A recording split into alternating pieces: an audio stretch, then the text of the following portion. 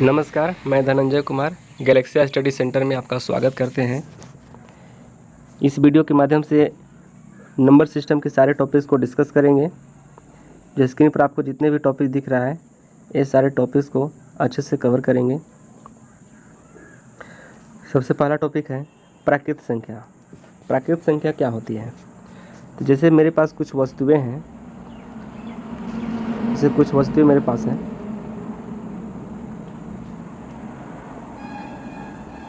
इस वस्तु को हमको काउंट करना है।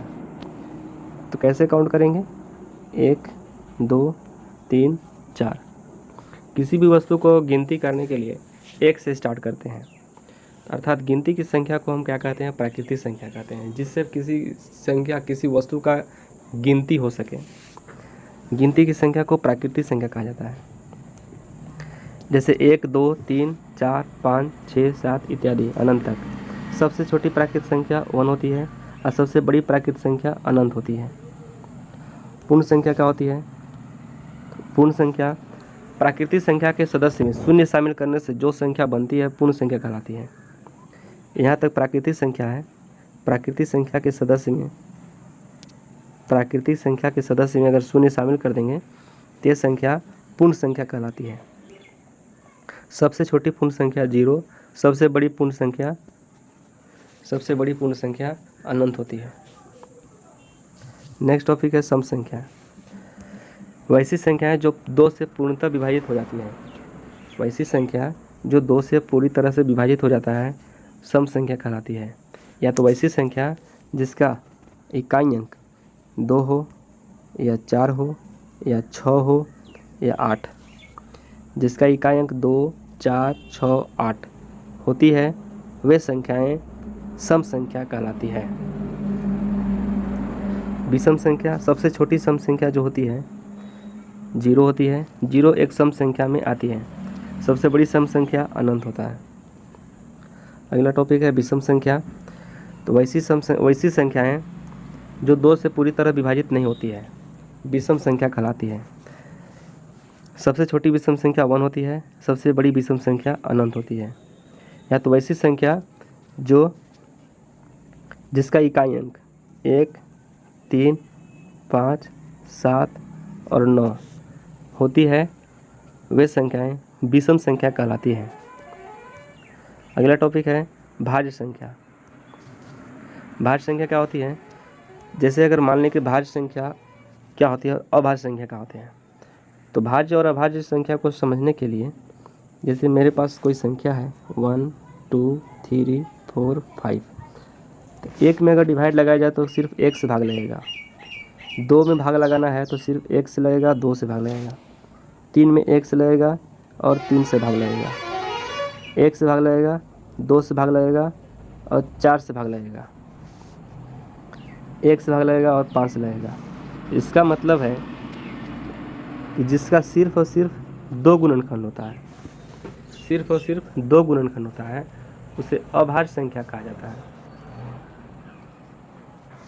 और जिसका 2 से अधिक गुणनखंड होता है, 2 से अधिक गुणनखंड होता है, वो भाज्य संख्या में आता है। समझ में आ गया होगा? भाज्य संख्या वैसी संख्याएं हैं जिनका कम से कम 3 गुणनखंड होती है, या तो जिनका 2 से अधिक गुणनखंड होता है वो भाज्य संख्या होती है। जैसे 4 है, 4 को 1 से भाग लगेगा, 2 से लगेगा और 4 से लगेगा। इसका 2 से अधिक गुणनखंड हो गया, 2 से अधिक गुणनखंड हो गया। इसका मतलब 4 जो है सबसे छोटी भाज्य संख्या में आती है। 4 सबसे छोटी भाज्य संख्या होती है और सबसे बड़ी भाज्य संख्या अनंत होती है। अगला है अभाज्य संख्या। अभाज्य संख्या वैसी संख्या होती है जिनका सिर्फ 2 गुणनखंड होता है, सिर्फ 2 गुणनखंड होती है, उसे अभाज्य संख्या कहते हैं। जैसे 2 है, 2 से में 1 से भाग लगेगा और सिर्फ 2 से लगेगा, अर्थात 1 और स्वयं के अलावा किसी भी अन्य संख्या से विभाजित नहीं होती है, वह संख्या अभाज्य संख्या कहलाती है। अगर पूछा जाए कि सबसे छोटी सम अभाज्य संख्या, वैसी कौन सी सम संख्या है जो अभाज्य संख्या है, तो छोटी से छोटी संख्या है जो 2 है, जो सम अभाज्य संख्या है। इसके अलावा कोई भी अभाज्य संख्या जो है जो सम नहीं है, सारे के सारे अभाज्य संख्या जो है विषम संख्या होती है। ठीक है। सिर्फ 2 ही एक ऐसी संख्या है जो सम अभाज्य संख्या है। सबसे छोटी विषम अभाज्य संख्या 3, सबसे बड़ी अभाज्य संख्या अनंत। अगला है 1 से 50 तक कितनी अभाज्य संख्या होती है? 1 से 50 तक 15 अभाज्य संख्या होती है।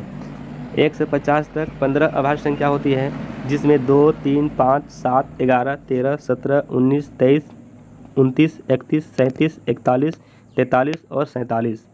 ये 15 जो है 1 से 50 तक अभाज्य संख्याएँ हैं। और 50 से 100 तक जो है 10 अभाज्य संख्या होती है।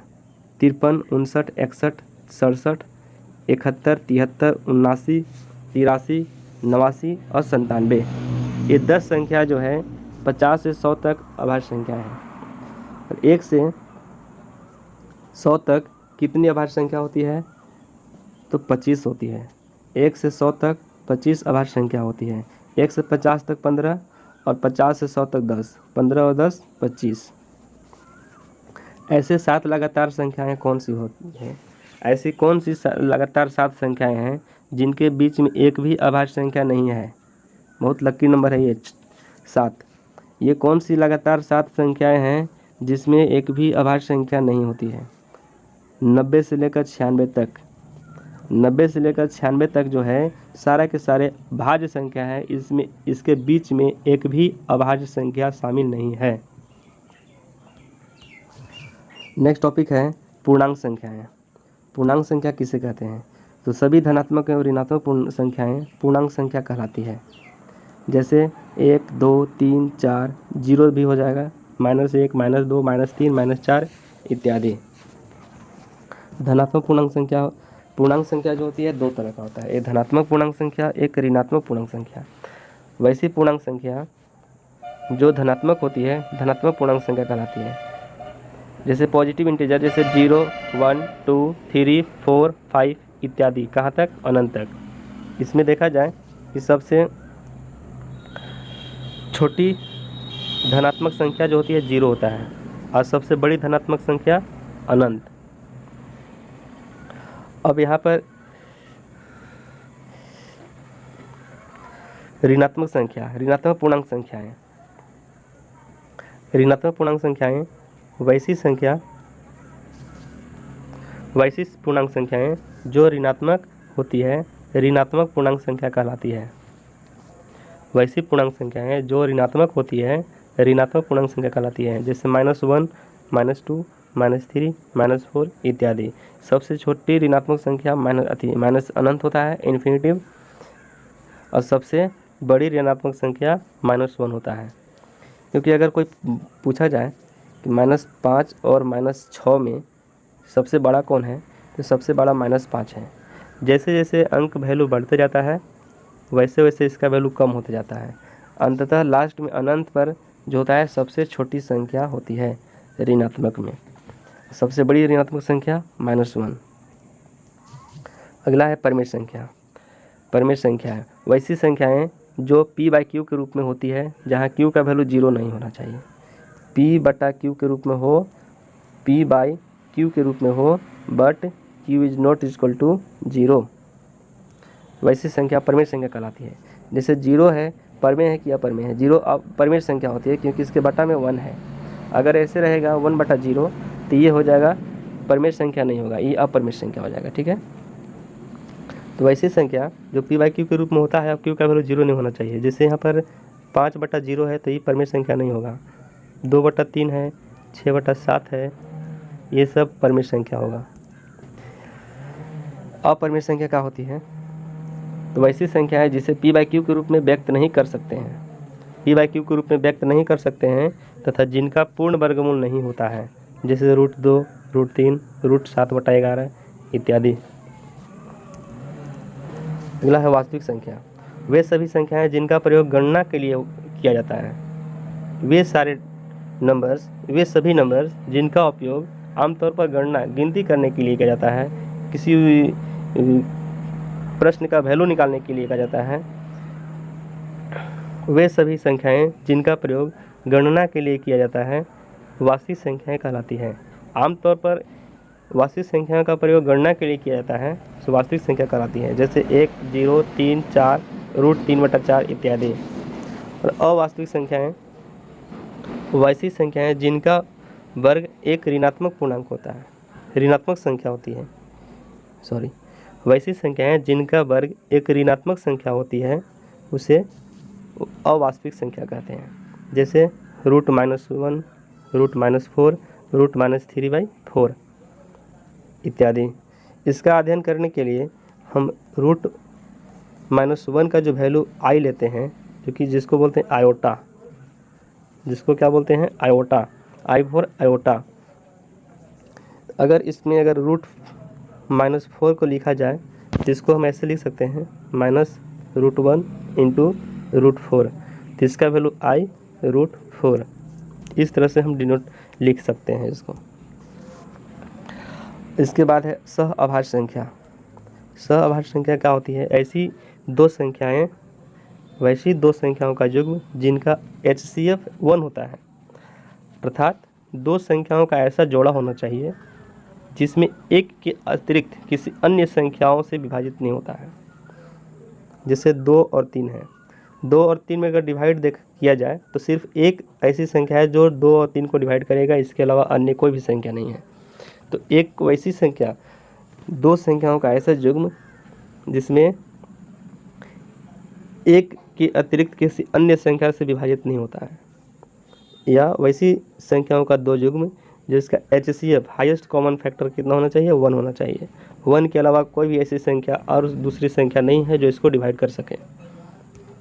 जैसे 7 और 11, 17 और 19, ये सारे के सारे क्या हैं?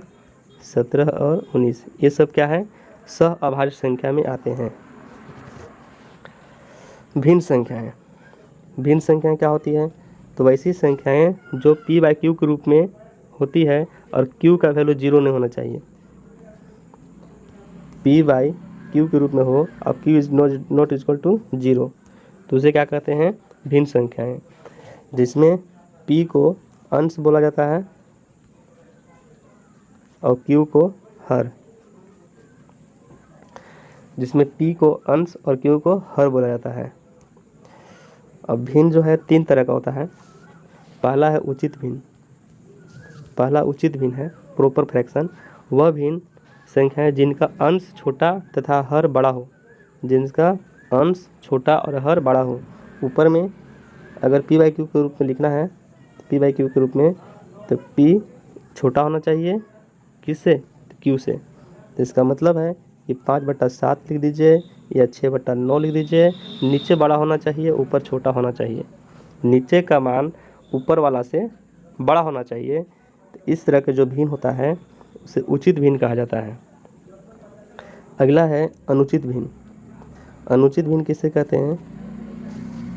तो वैसी भिन्न जिसका अंश बड़ा हो तथा हर छोटा हो।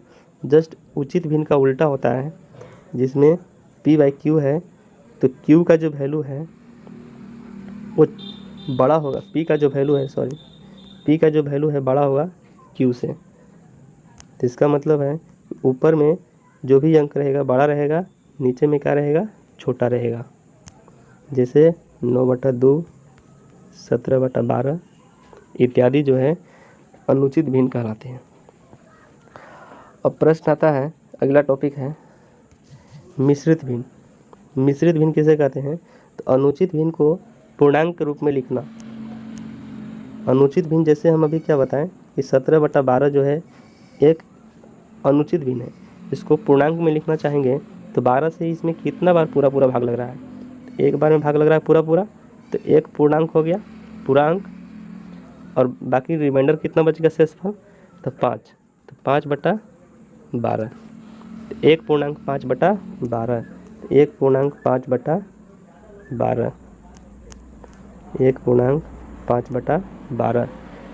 अब इस पूर्णांक संख्या को बोलेगा अनुचित भिन्न में बदलिए, तो उसके लिए क्या करेंगे? 12 से 1 में गुना करेंगे, 12 एकम 12 और 5 को जोड़ देंगे, 17/12। प्रश्न आता है कि अनुचित भिन्न को मिश्रित भिन्न में बदलने के लिए, जैसे ये अनुचित भिन्न है, ये अनुचित भिन्न को मिश्रित भिन्न में बदलने के लिए भागा करते हैं। जैसे अगर 12/5 को बोलेगा मिश्रित भिन्न में बदलेंगे, तो 5 से भागा देंगे 12 में, 5 दूना 10, 2 से सिस्पल आया, तो 2 को यहाँ लिखेंगे, आई 5 को यहाँ, ये जो आया मिश्रित भिन्न में बदल गया। इसके बाद है सम्मिश्र संख्याएं। वैसी संख्याएं जो वास्तविक तथा अवास्तविक संख्याओं से मिलकर बनती है सम्मिश्र संख्या कहलाती हैं। जैसे 2 प्लस √-3 है, √-5 है, कुछ भी रहेगा, तो ये क्या है, अवास्तविक संख्या है, और ये क्या है, वास्तविक संख्या है। तो वास्तविक संख्या और अवास्तविक संख्या से मिलकर जो बनता है उसे बोला जाता है सम्मिश्र संख्याएं। अगला है आवर्त संख्या। तो वैसी भिन्न संख्या जिसे अंश में हर से भाग करने पर पूरी तरह विभाजित नहीं होता है, एक ही संख्या की पुनरावृत्ति होती रहती है। जैसे 1/3 है, अगर 1/3 से अगर 3 से डिवाइड करते हैं, तो 3 से भाग करते हैं 1 में, तो 0 पॉइंट अगर 3 क्या होगा कि 3 आते जाएगा। इस तरह से यहाँ देखते हैं कि 1/3 को 0.33 एक ही नंबर क्या हो रहा है, रिपीट हो रहा है, रिपीटेशन हो रहा है। यहाँ पर एक ही नंबर का क्या होता है, एक ही संख्या का पुनरावृत्ति होती है, इसीलिए हम 1/3 को 0.333 न लिख करके 0.3 के ऊपर रेकरिंग कर देते हैं, जिसको हम बार बोलते हैं। आवर्त संख्या समझ आ गया होगा। योगात्मक प्रतिलोम क्या होता है? योगात्मक प्रतिलोम दी गई संख्या का योगात्मक प्रतिलोम वह संख्या होती है जिसे दी गई संख्या में जोड़ने पर शून्य प्राप्त होता है। सिंपल सा फंडा है योगात्मक प्रतिलोम का। जैसे 5 का योगात्मक प्रतिलोम प्लस में है तो इसका माइनस में हो जाएगा। अगर माइनस में 11 का प्रतिलोम पूछेगा योगात्मक प्रतिलोम, तो माइनस में 11 है तो प्लस में 11 हो जाएगा। उल्टा साइन को उल्टा कर देना है, अंक सेम रहेगा। अब यहाँ पर देखा जाए, जैसे अगर पूछेगा कि 9 का योगात्मक प्रतिलोम कितना होगा, मान लें कि 9 में कितना जोड़ेंगे कि 0 होगा। x जोड़ दिए, मान लिए x का वैल्यू निकालेंगे तो इधर आएगा तो -9, तो 9 का योगात्मक प्रतिलोम कितना आया, -9 आया। तो इसका मतलब है कि दी गई संख्या का योगात्मक प्रतिलोम वह संख्या होती है जिसे दी गई संख्या में जोड़ने पर शून्य प्राप्त होता है। अगला है गुणात्मक प्रतिलोम। दी गई संख्या का गुणात्मक प्रतिलोम वह संख्या होती है जिसे दी गई संख्या में गुणा करने पर 1 प्राप्त होता है।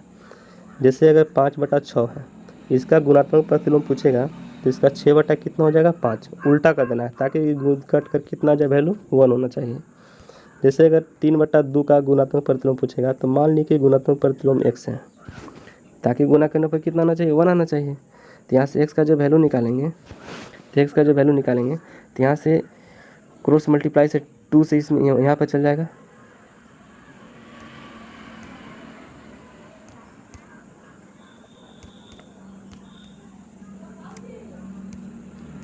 सॉरी 3 से x में करेंगे, 3x/2 = 1, और यहाँ से 3x =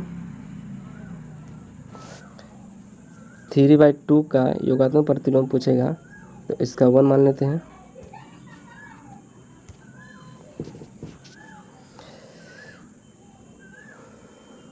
दी गई संख्या का गुणात्मक प्रतिलोम वह संख्या होती है जिसे दी गई संख्या में गुणा करने पर 1 प्राप्त होता है। जैसे 3/5 है, इसका मान लें कि गुणात्मक प्रतिलोम x है, तो गुना करने पर कितना आना चाहिए, 1 आना चाहिए। इससे गुना करेंगे तो यहाँ जाएगा 3x/5 = 1। यहाँ से x का वैल्यू निकालेंगे तो 5 यहाँ जाएगा और 3 आ जाएगा यहाँ, तो 5/3 मतलब 3/5 को उल्टा कर देंगे, 3/5 को उल्टा करेंगे तो 5/3 इसका गुणात्मक प्रतिलोम होगा। तो सिंपल से याद रखिएगा कि 2/7 का बोलेगा गुणात्मक प्रतिलोम कितना होगा, तो 7 को ऊपर और 2 को नीचे, अंक को पलट देना है। इसके साथ ये सारे टॉपिक्स को डिस्कस कर लिए। इसमें जो भी डाउट होगा कमेंट करके बताइएगा।